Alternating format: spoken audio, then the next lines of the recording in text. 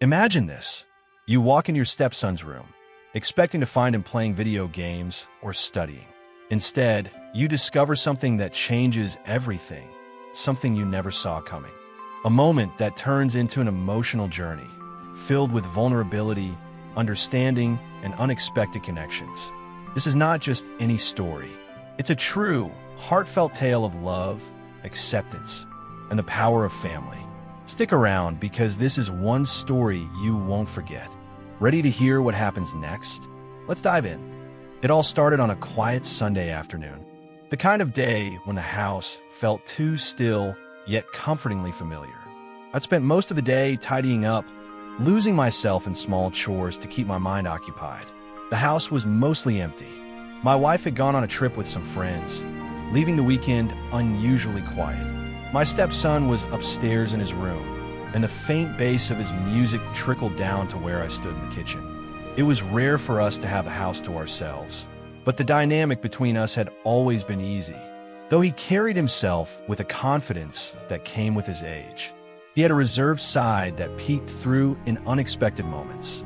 Over the years, I'd come to appreciate the quiet bond we shared. It wasn't loud or flashy, but it was there, steady and comforting. After finishing some tasks in the house, I poured myself a glass of iced tea and stood by the kitchen window, letting the warmth of the sunlight hover over me. The quiet should have been calming, but instead, a restless energy stirred within me, making it hard to sit still. After a moment, I decided to check in on him. His music was still playing softly when I reached the top of the stairs, and the door to his bedroom was cracked open just enough to let the sound escape. I hesitated for a moment, debating whether to knock or leave him be, but something, curiosity, maybe, urged me forward. I stepped closer, pretending to call out to him, but the sight through the narrow gap stopped me in my tracks. He was sitting on the edge of his bed, his posture relaxed but focused. His hands moved with a purpose I couldn't immediately decipher, and his gaze was fixed downward, his brow furrowed slightly in concentration. My breath caught as I realized what he was doing. The intimate nature of the moment unfolding before me made me hesitate. I should have turned away, should have given him the privacy he clearly thought he had, but instead, I froze, rooted to the spot by a strange mix of surprise and intrigue. There was something about the vulnerability of the moment, the way he seemed utterly unaware of the world outside his room, that held me captive. The room was bathed in the soft glow of the afternoon sun, casting gentle shadows that seemed to accentuate the lines of his face and the curve of his shoulders. I knew I shouldn't be standing there watching him, but the sight of him so unguarded and real stirred something deep within me, a curiosity, an unspoken question I couldn't ignore. Before I could gather my thoughts, he looked up, his eyes meeting mine through the narrow gap in the door. Time seemed to stop. His expression shifted from surprise to something else entirely, a mix of embarrassment and uncertainty. His hand still, for a moment neither of us moved, caught in a shared silence that stretched on forever. I started to say something, anything, to break the tension, but the words failed me.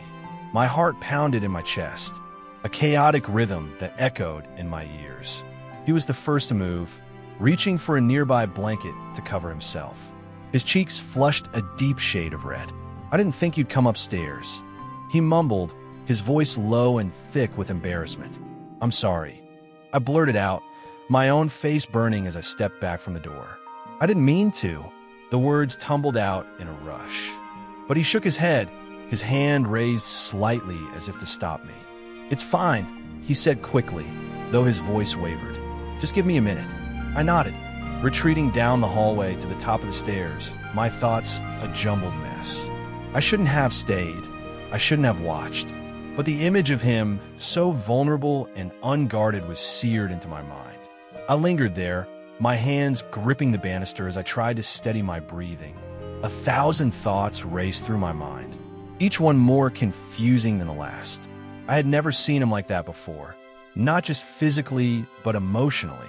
There was something in his expression that struck a chord deep within me, something I couldn't quite name, but couldn't ignore either. I didn't know it back then, but it had started something that eventually would turn into something crazy exciting. The sound of his door opening pulled me from my thoughts. He stepped into the hallway, his movements hesitant, his gaze avoiding mine. He'd thrown on a t-shirt and shorts, his usual casual attire.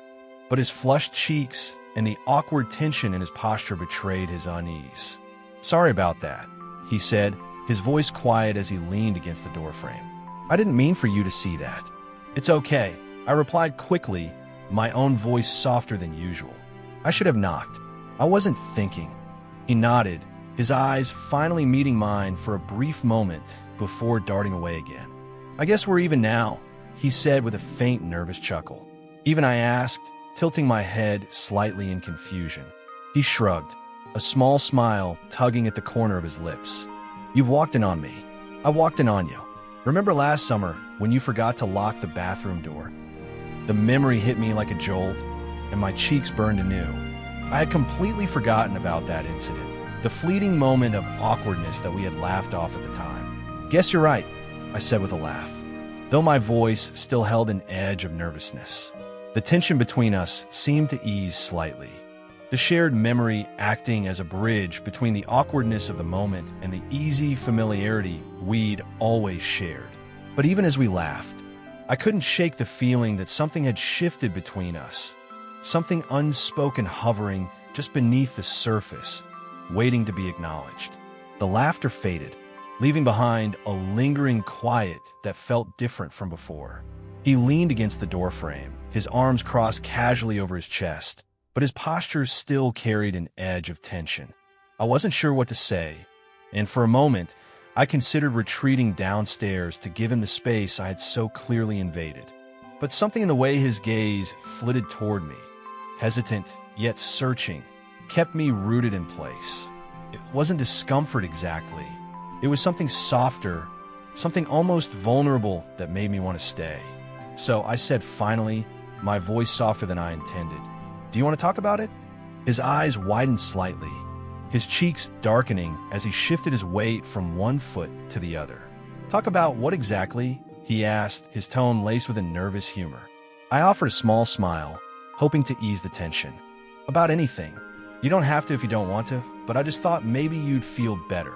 He hesitated, his gaze dropping to the floor as he rubbed the back of his neck. "I don't know," he admitted after a moment. "It's kind of embarrassing." I took a step closer, keeping my movements slow and deliberate, as though I were approaching a skittish animal. "It's okay to feel embarrassed. Everyone has moments like that," I said, his lips quirking into a faint self-deprecating smile. "Not everyone gets caught by their stepmom the way you did." He added, half joking, half mortified, making me laugh softly. To my surprise, his smile widened just slightly in response. "I guess not," I admitted, leaning against the opposite wall to mirror his posture. "But hey, if it helps, I've been in plenty of embarrassing situations too." "You're not alone." He studied me for a moment, his brow furrowing slightly as though he were trying to reconcile the image he had of me with the person standing before him. "It's just weird," he said finally, his voice almost contemplative. "You're so different from Dad. Not in a bad way, just different." I wasn't sure how to respond to that, so I settled for a soft, "Different can be good sometimes." He nodded, though his expression remained thoughtful. "Yeah," he said after a pause. "I guess it can." The silence stretched between us again, but this time it felt less heavy. I could see the tension in his shoulders easing, the faint lines of worry around his eyes softening as he leaned back against the doorframe. "I'm sorry you had to see that," he said after a moment, his tone more sincere. "I wasn't really thinking. I guess I just forgot you were home." "It's okay," I said quickly, hoping to reassure him. "Really, it's not a big deal. I just want to make sure you're okay." He nodded, though he still avoided my gaze. "Yeah, I'm fine. It's just, I don't know. It's hard to explain." I tilted my head slightly, my curiosity piqued. "Hard to explain how?" He hesitated, his fingers fidgeting with the hem of his shirt. "It's just being around people is hard sometimes, you know? Like, I always feel like I'm supposed to be a certain way, and when I'm not, it feels like I'm doing something wrong." His words hit me harder than I expected, and I felt a pang of empathy for him. You don't have to be anything other than yourself, I said softly, taking another step closer. You don't have to meet anyone's expectations. Not mine, not your dad's, not anyone's. He looked up at me then, his eyes wide and searching, and for a moment, I saw the vulnerability he usually kept hidden. You really think that? I knew that. I said firmly. You're a good person. You don't have to prove anything to anyone. The corners of his mouth twitched into a faint smile, and I could see the tension in his posture easing even further. Thanks, he said quietly, his voice barely above a whisper. You're welcome, I replied, my own voice soft. We stood there for a moment longer, the silence between us feeling almost companionable. I could see the faint traces of a smile lingering on his lips, and I felt a sense of relief that he seemed to be feeling better. But even as the tension eased, I couldn't shake the feeling that something had shifted between us. The way he looked at me, the way his gaze lingered just a moment too long, made my heart flutter in a way I didn't fully understand. Finally, he straightened up, pushing off the doorframe with a faint sigh. I should probably do something productive, he said, his tone light but tinged with hesitation. Take your time, I said with a small smile. You don't have to rush into anything. He nodded, his eyes meeting mine one last time before he turned and disappeared into his room, the door clicking softly shut behind him. I stood there for a moment, staring at the closed door as a strange mix of emotions swirled within me. I couldn't quite put a name to what I was feeling. Confusion maybe, or curiosity, but I knew one thing for certain. Things between us would never be quite the same. But what was coming was even crazier. The rest of the afternoon passed in a strange haze. I tried to distract myself with small tasks, folding laundry, sorting through the mail, anything that would keep my mind from wandering back to the moment in the hallway. But no matter what I did, the memory of his expression, the vulnerability in his voice, lingered in my thoughts like a shadow I couldn't shake. I told myself it was nothing, a fleeting moment of awkwardness that we would both move past. But the more I tried to convince myself, the less certain I felt. There was something about the way he looked at me, so open, so unguarded, that stirred something deep within me. By the time evening rolled around, I was emotionally drained. I settled onto the couch with a book, hoping to lose myself in the fictional world and escape the whirlwind of my thoughts. But the words on the page blurred together, my attention straying again and again to the closed door at the top of the stairs. The sound of footsteps broke through my haze, and I looked up to see him coming down the stairs. His hair was slightly disheveled, as though he'd been lying in bed, and he had an air of uncertainty about him that made my chest tighten. Hey, he said softly, pausing at the bottom of the stairs. I was going to make some tea. Do you want me to make you a cup? The simplicity of the question caught me off guard, and I nodded before I could overthink it. That would be nice. Thanks. He disappeared into the kitchen, and I followed after a moment, unable to resist the pull of his presence. When I stepped into the room, he was already filling the kettle, his movements calm and deliberate. The soft hum of the boiling water filled the space, mingling with the faint clink of cups as he set them on the counter. Do you still like honey in yours? He asked, glancing over his shoulder at me. Yes, please, I replied, leaning against the counter as I watched him. His tone was casual, but I couldn't help noticing the way his movements were just a little too precise, as if he were trying to distract himself. We stood in silence for a moment, the space between us filled only by the sound of the kettle. I wanted to say something to address the lingering tension that had hung in the air since earlier, but the words wouldn't come. When the tea was ready, he handed me a mug and leaned against the counter opposite me.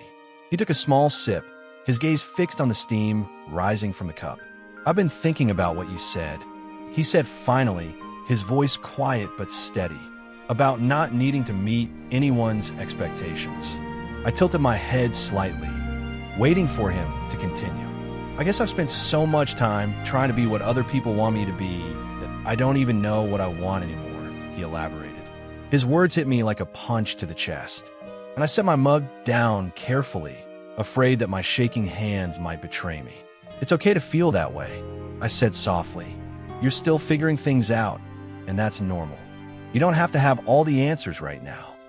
He nodded slowly, his eyes finally meeting mine. But what if I'm scared to figure it out? What if I don't like what I find? The raw honesty in his voice made my throat tighten, and I had to take a deep breath before responding. It's okay to be scared, I said, my voice trembling slightly. But you're stronger than you think. You don't have to face it all at once. Take it one step at a time and trust that you'll find your way. His lips twitched into a faint smile, though it didn't quite reach his eyes. You make it sound so easy, he admitted, his own smile tinged with sadness. But you're not alone. I'm here for you, no matter what. For a moment, he just looked at me, his gaze steady and searching.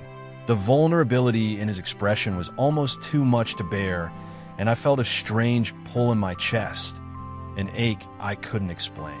Thanks, he said finally, his voice barely above a whisper. You don't have to thank me. I replied, my own voice soft. That's what family is for. He nodded, but his expression remained thoughtful, as though there was something else he wanted to say. I waited, giving him the space to speak, but the moment passed, and he took another sip of his tea instead. The silence between us wasn't uncomfortable, but it was heavy, weighted with unspoken thoughts and emotions that neither of us seemed ready to address. I wanted to reach out to offer him some kind of reassurance, but I wasn't sure what he needed or if he even knew himself. Finally, he straightened up and set his mug on the counter. I think I'm going to head to bed, he said, his tone light but tinged with an edge of hesitation. Okay, I said, my voice quieter than I intended. Good night. Good night, he replied, his gaze lingering on me for just a moment longer before he turned and disappeared up the stairs. I stood in the kitchen for a long time after he left, my thoughts a tangled mess of confusion and longing. The weight of the day pressed down on me, and I felt a strange mix of emotions, worry, tenderness, and something deeper that I couldn't quite name. As I climbed the stairs to my own room, I couldn't shake the feeling that this was only the beginning. Something had shifted between us, something unspoken yet undeniable, and no matter how much I tried to ignore it, I knew it would only grow stronger with time. But the story didn't end there. Now the climax was coming, let me tell you. The house was quiet again, but it felt different now. The air seemed heavier, as if the unspoken words between us had seeped into the walls, lingering in every corner. I lay in bed, staring at the ceiling, the soft rustle of the trees outside, doing little to calm the restless energy that churned within me. My thoughts kept circling back to him, his expression, the vulnerability in his voice, the way his eyes had lingered on mine just a moment too long. There was something there, something I couldn't quite put into words, but was undeniable. I rolled onto my side, closing my eyes in a futile attempt to will myself to sleep. But the silence only amplified my thoughts. After what felt like hours, I gave up. The stillness was suffocating, and I needed to move, to do something to shake the restless energy from my body. Slipping out of bed quietly, I padded down the hallway. The soft glow of the moonlight spilled through the windows, casting long shadows that danced across the walls. I wasn't sure where I was going, but my feet seemed to move of their own accord, carrying me toward his room. His door was ajar, just enough for me to see the faint glow of a lamp spilling out into the hallway. I hesitated for a moment, my heart pounding in my chest as I debated whether to knock. But before I could decide, I heard his voice, soft, almost hesitant. "You can come in," he said, his tone calm, but with an edge of uncertainty. Swallowing hard, I pushed the door open and stepped inside. He was sitting on the edge of his bed, his hands clasped loosely in his lap. His hair was slightly messy, and the faint shadows under his eyes suggested he hadn't been sleeping either. I noticed he was doing the same as when I came into his room the previous time. But this time it seemed like we both didn't care that it was happening. "Couldn't sleep?" I asked softly, leaning against the doorframe. He shook his head, offering a small, tired smile. "Too much on my mind," he admitted. For a moment, neither of us spoke, the silence between us filled with the quiet hum of the lamp on his nightstand. I could feel the tension in the air, thick and heavy, but I wasn't sure how to break it or if I even wanted to. "I've been thinking about what you said earlier," he said suddenly, his voice breaking the silence. "About not needing to meet anyone's expectations." I stepped further into the room, closing the door behind me. "What about it?" I asked, and he hesitated, his gaze dropping to his hands. "It's just hard to believe sometimes. I feel like I've spent my whole life trying to be what other people want me to be, and I don't know how to stop." His words hit me like a wave, and I crossed the room to sit beside him on the bed. "You don't have to figure it all out right now," I said softly, placing a hand on his arm. "It's okay to take things one step at a time." He looked up at me then, his eyes filled with a mix of uncertainty and something deeper, something that made my heart skip a beat. "What if I don't even know who I am without all of that?" he asked, his voice barely above a whisper. I squeezed his arm gently, my own emotions swirling as I tried to find the right words. "You're still you. The expectations don't define you. You're more than that, even if it doesn't feel like it right now." His gaze lingered on mine, and I could feel the weight of his emotions in the air between us. "You make it sound so simple," he said, his lips curving into a faint, wistful smile. "It's not," I admitted, my voice quieter now. "But that doesn't mean it's impossible. You're stronger than you think." For a moment, the silence returned, but it wasn't uncomfortable. I could feel the warmth of his presence beside me, the soft hum of the lamp casting a gentle glow over the room. It was as if the rest of the world had faded away, leaving only the two of us in the shared moment. "Thank you," he said finally, his voice steady but laced with emotion. "You don't have to thank me," I replied, my own voice soft.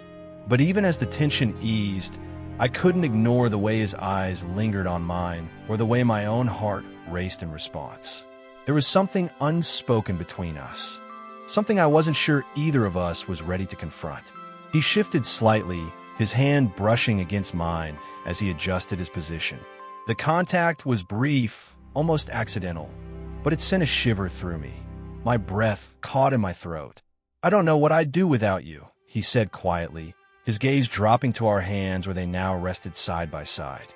"You'll never have to find out," I replied, my voice trembling just slightly.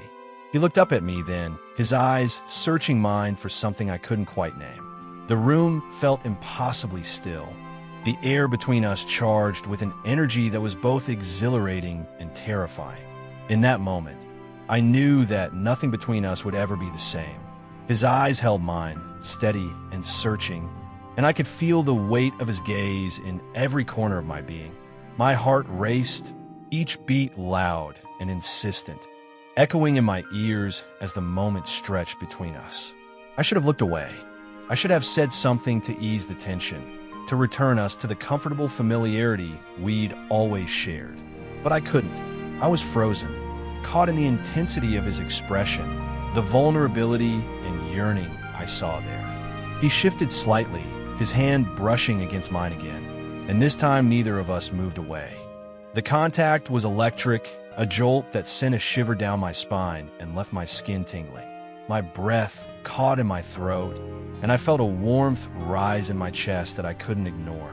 My hands moved instinctively, one resting on his arm while the other curled around his face, my fingers brushing against the faint stubble on his jaw. For a moment, the rest of the world fell away.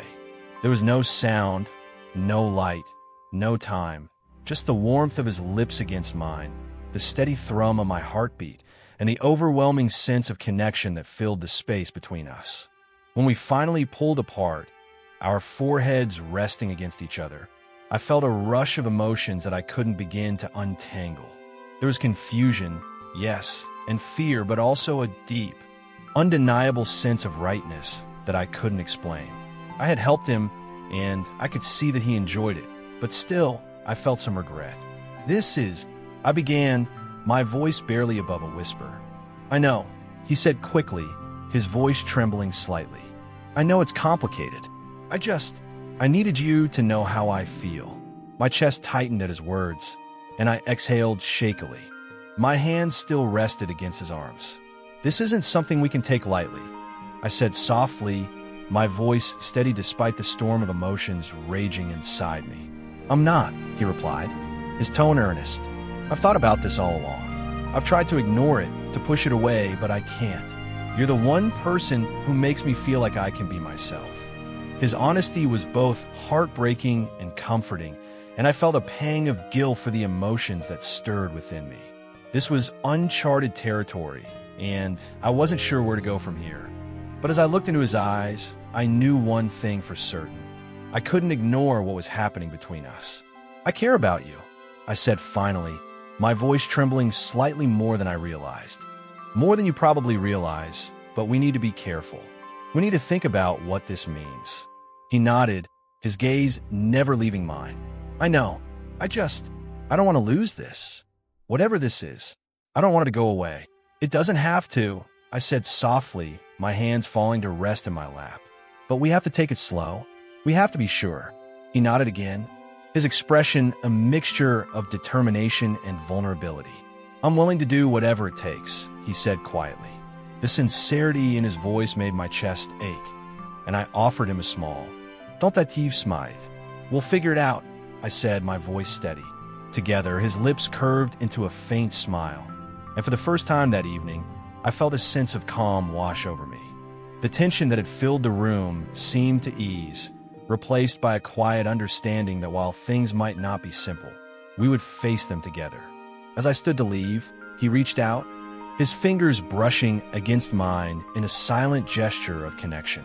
I looked back at him, my heart swelling with a mixture of emotions I couldn't fully name, and I squeezed his hand gently before stepping out of the room. The hallway felt quieter now, the weight in the air lighter somehow.